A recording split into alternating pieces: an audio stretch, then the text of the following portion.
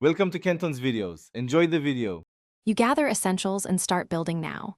First, lock the core modules: students, staff, attendance, grades, fees, because they drive database design. Next, pick a tech stack, for example, PostgreSQL with Node. JS backend and React frontend, use Docker for consistent environments.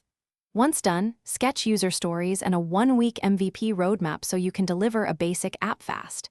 Make sure to set up a repo, CI pipeline, and basic diagram before coding to avoid rework later. You focus on the complex middle now: database and APIs. Design a normalized schema with clear primary/foreign keys, constraints, and indexes so queries stay fast as records grow.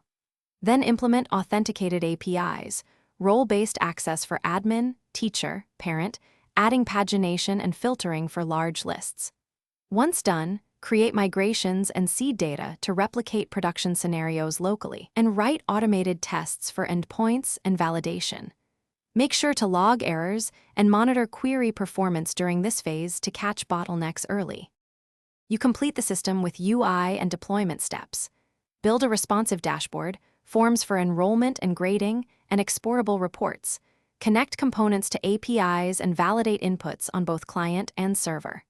Once done, configure CI/CD pipelines to deploy to staging and production, include automated backups and monitoring. Finish with user documentation and brief training for admins. If something goes wrong, check logs and database migrations first. Most issues come from schema.